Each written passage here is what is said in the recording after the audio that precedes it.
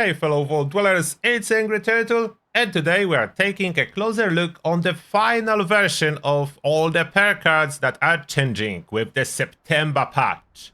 So first, the Bullet Storm, the new system Bullet Storm is being added, and that's applying to multiple cards. There is no longer any Heavy Gunner specific perk cards that just increase Heavy Gunner damage, or melee perk cards that just increase melee weapon damage straight up. That's the final part of the rework. So this one, Bare Arms, no longer weight reduction. Now it's increasing bash damage 5% per stack of Bullet Storm.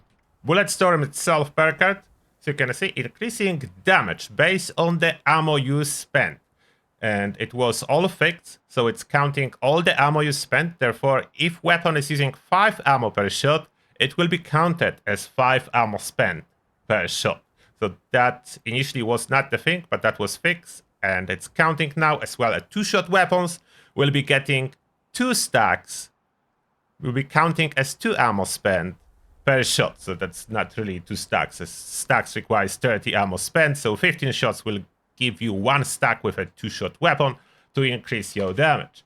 In this topic, there's Bring the Big Guns that increases your stack limit. So it doubling it up. So maximum is 20 stacks with that. Easy math. 180%, that's the maximum damage bonus, which is substantial. That's a big damage increase if you can get those stacks. To help you out, Lock and Load is reworked as well, and now it will allow you to keep half of your stacks when you reload. A side note, if you die, nothing happening to your stacks. So you keep your stacks. If you die, you will not lose them, but you will lose your stacks when you change the weapon or when you reload. Half with this perk card when you reload. Melee perk reward. So you can see, Bloodluster is just 1 point now, so there's no more Gladiator perk cards. Your bleed effects have 35% more damage and 25% less duration, which is super good. Not only it's increasing the damage of the bleed, but as well it is applying faster, so you can use the bleed, apply it again after that, and do way more damage overall.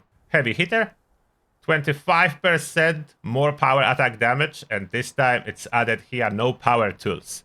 Initially I was thinking it will work with auto axe, but it will not. It now clarifies no power tools allowed, and it's for all melee weapons. Interesting change to Iron Fist. More damage, the more damage resist you have. So you can have 100% bonus damage with your unarmed attack, which is super useful, as unarmed receive overall a huge change and improvement, as Pain Train counts as unarmed. Knee Kappa, melee weapons deal plus 50% limb damage. Again, no power tools, so only classic melee. Classic melee is super powerful. You can really fully spec into maining a shovel, and you will be effective in the wasteland, which is cool. You can run what you like if you spec properly. Natural stance, while equipping a melee weapon, reduce incoming stagger by 25%. I was testing that. No noticeable difference. A waste of a perk card as it stands. The Pain Train now counts as a melee attack. The damage is improved. It stacks with 4-star legendary if you put it on your power armor. Amazing fun. The Pain Train is finally a thing. You can fully spec into being a cargo train devastating enemies in Appalachia with the force.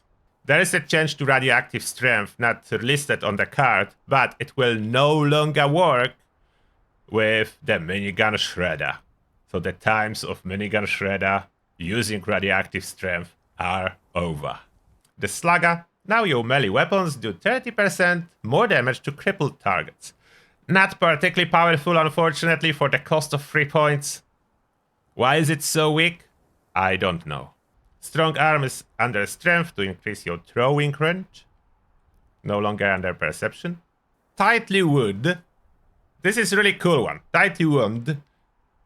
Weapons spin up 60% faster, and that means all the Gatling plasma, miniguns, they will start firing much faster after you press the trigger. The waiting time is cut by more than half. Great improvements for your Gatling gun, Gatling laser, Gatling plasma, Gauss mini, regular mini. Awesome. Wound Solta, 30% damage against bleeding targets. Again, not a lot of damage, but relatively easy to get a bleeding target. There's so many ways you can apply bleed with. Therefore, decent card. Perception. Bow before me. Your bows and crossbows ignore 40% armor and have 10% chance to stagger. Well, that's similar to what it was. Now it costs only 2 points. Small changes. And other bow perk cards are completely different. Deal 10% damage for each impairment your target has. And that counts like target being set on fire, that's 1 impairment. Bleeding in the same time, that's 2. Having a crippled limb, that's 3 impairments, and so on and so forth. Whatever effect is your target suffering counts as separate impairment. Hat trick.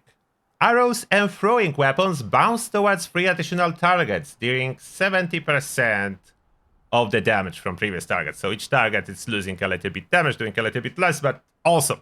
That's a really fun one. I like the bows with these changes. They fun. Master Archer.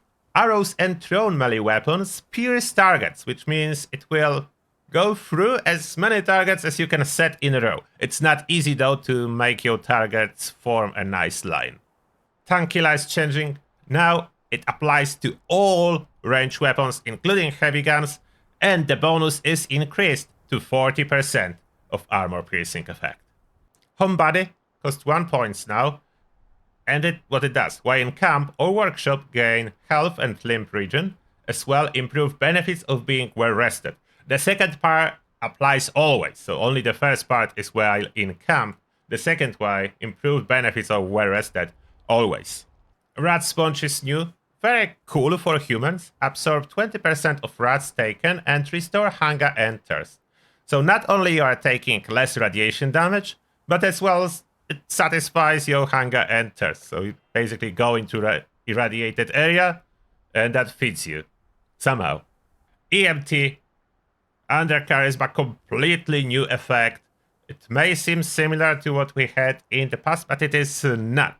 This one revives you and your teammates. If you share it, it will self-apply to yourself too, assuming your teammates are nearby. I think it's like 500 TD units, and you don't go into down state. When your health hits 0, it automatically triggers EMT and pops a stim pack for you and heal you, and with other perks that you can combine, insta heal you. It works in the same manner as now on live. If you want to imagine how it works, Power Armor Reboot already does that on live. Basically, when your health touches 0, it auto-tops it up. Now all revive effects, self-revive effects, and teammate revive effects are using the same formula as Power Armor Reboot. So this is the perk Healing Hands that will cause you to be fully healed. And it does apply to yourself. So if you are having this card equipped, whenever and whatever self-revive triggers, it can be from Scout's Banner for example, you will jump up to full health instantly. Effect of the stim pack will still be present, so it'll be healing for a little bit afterwards as well. Injector, again, the change is it will apply to yourself and to your teammates. Extra AP regen for a time. And yes, you can combine all those perks with Quack Surgeon. Revenant is now under Charisma too, limited to 25% damage bonus, but way easier to apply now. Whenever this self-revive triggers, you will be getting this bonus with this card, which can be all the time. Stabilized is changing. Now it's only the gun accuracy, but the bonus is higher. In Power Armor it will be 60%. Without Power Armor works too. For the half of that effect, what is 30%. And it only costs 2 points now. So more accuracy, cheaper, but there is no armor piercing effect as that was moved to Tankilla. The Ninja is updated as well, now applies to all the bows, crossbows, and throwing and melee weapons for 100% sneak attack damage bonus. So this card is expanding. This effect applies to way more than just melee. Like on live it's just melee. Here it's bows, crossbows, troubles added to that. Only 2 points, 100% bonus, solid card for sneak builds. And lastly, changes under luck. The VATS system and mechanics I will cover in a separate video as that's a bigger topic, but cards related to VATS are changing too. First one is not related to VATS, it's Bloody Mess. That's now for melee. Bleeding enemies you kill have a chance to explode based on your luck.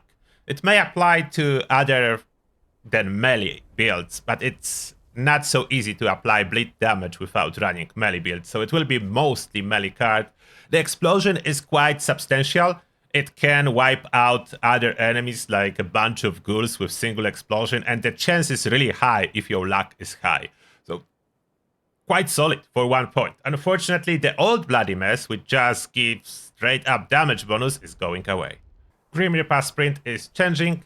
Now, any kill in VATS, so it's guarantee, will restore your action points, but not to full. Amount of action points restored will be based on your total luck. So more luck you have, the bigger percentage of your AP bar will be restored. Yes, it will be based on the percentage. Therefore, bigger your pool of action point is, the more effective Grim Reaper Sprint will be for you. Mysterious Savior is not changing. I just want to mention that this one will still only trigger and with a chance, not guarantee, when you are in a down state. So the down state is not being removed. It is still possible to go in down state. And that's the last card that is actually interacting with you being in a down state. All other self-revives will be instantaneous without the down state. Psychopath is completely changing. Now hits outside VATS will refill your critical meter, 10% contribution, so very little. And no, you still cannot do critical hit outside of VATS. Therefore, this card currently is, I would say, semi-useful. Only if you have 2 points left under luck and nothing to do with them, you can consider Psychopath. Not particularly useful, I'm not gonna lie. And lastly, Wild West Hands, that's not new. It's working exactly the same as currently, but it does interact with the Bullet Storm. Therefore, if insta-reload triggers like from Wild West Hands or from Legendary Effect when you bash to insta-reload, this kind of reload will not take away any stacks from your Bullet Storm, which makes those cards way more powerful. And that being said, those are all the changes in regards to the perk cards. Let me know, which one are you excited the most about? Or afraid? Thank you a lot for watching, and see you all in the next one.